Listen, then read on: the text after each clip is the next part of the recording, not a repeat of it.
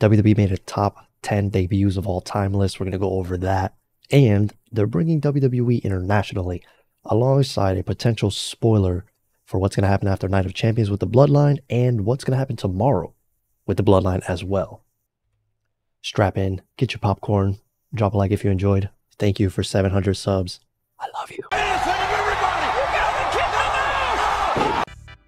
In our first news story, Bryan freaking Danielson, one of the greatest wrestlers on the planet, is going to be helping out Tony Khan with the creative in AEW Collision. So he'll be actually helping out on that specific show. So it'll be very interesting to see what happens, what he's going to have his hands in. This was all being reported by Fightful Select, which is a very viable and accurate source. What do you think he's going to be like creating? You think he's going to be doing everything? Do you think he's going to be solely just the women? Maybe just specific matches, or like overseeing the big stories? Let me know. So they're saying number 10 is Chris Jericho. I would put him top 5 at least. Number 9, John Cena. He has done a lot of his career, but at this time, nobody really knew that he was going to be the guy. So this might actually make sense. But the fact that he also had an incredible debut match against Kurt Angle on Smackdown was insane.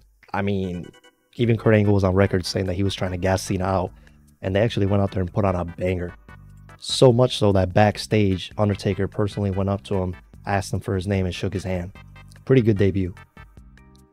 Kevin Owens on the main roster, taking out John Cena. In their first of 3, he won. First match against Cena. They were classics, man. All 3 of their matches were really good. Let me know how you guys would alter this top 10. Case in point again, there was no way we would know that this man would go on to be the #1 sports entertainer of all time. The Rock. The phenomenal AJ Styles makes his debut at the Royal Rumble. How could we forget? So much so that they left the camera on Roman a little too long, and it damn near almost ruined his debut. Ah yes, Brock Lesnar. How could we forget his debut, going out there and destroying damn near everybody? Especially when he did the poor Spike Dudley, man. Oh my god. Look at this. Bro hit him with like 14 power bombs. Number 4. Okay. I'm a big Ronda Rousey fan, and even I don't necessarily know if her in the top 5 makes a lot of sense. She's great. I actually like her.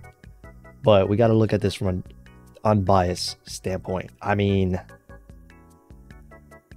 I don't think she's top 5, man. I would say maybe like 8, maybe 9. Maybe put Cena in place of this. I don't know. Okay, Goldberg coming over from WCW was a pretty big deal. Agreed. One of the best debuts of all time. When we found out that Kane was the brother of The Undertaker, the way he broke into the Hell in a Cell cage, the dude was massive. Like, he was freaking jacked, okay? This was awesome. The Shield at number 1. Interesting. I mean, they are one of the best factions of all time. I don't even know who I would really put here, to be honest. Let me know how you guys would rank these. So what we'll do now is we'll go over everything with the Bloodline, the premium live event that I talked about, all that stuff. We'll just go straight through it. So there's going to be more problems within the Bloodline tomorrow night. Duh. The big main event for tomorrow's episode of Smackdown will feature the LWO's Rey Mysterio and Santos Escobar taking on the Usos, but things aren't expected to go as smoothly for Jimmy and Jay and the Bloodline. Boozer is reporting that there are big plans story-wise for this match. Not much else was said on exactly what will happen, but he adds that the Usos will F up and Roman won't be happy. Whether or not this means the LWO will pick up a win remains to be seen, but that seems to be a logical thing to do as the seeds continue to be planted for an eventual showdown sometime after Night of Champions, putting Jimmy and Jay against Roman and Solo. And a lot of people were saying that this could potentially happen at Money in the Bank, which will result in Roman Reigns having a free title defense for SummerSlam, possibly against Jey Uso.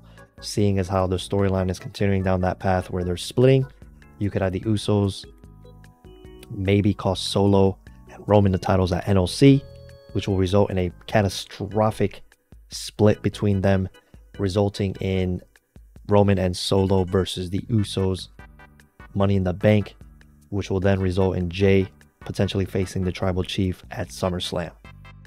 WWE CEO Nick Khan has just announced that WWE will be doing a live event in India this September. Now, if you guys remember, in the last video I did, a few videos back actually, I was saying how Nick Khan was looking into other markets like Australia and other areas to see who would want them to come out, as he wants to do more international shows to earn more revenue. And it looks like it's going to be India. This is perfect. We're going to get modern day Maharaja Jinder Mahal in the main event, hopefully. No. Let me know what you guys think about all this.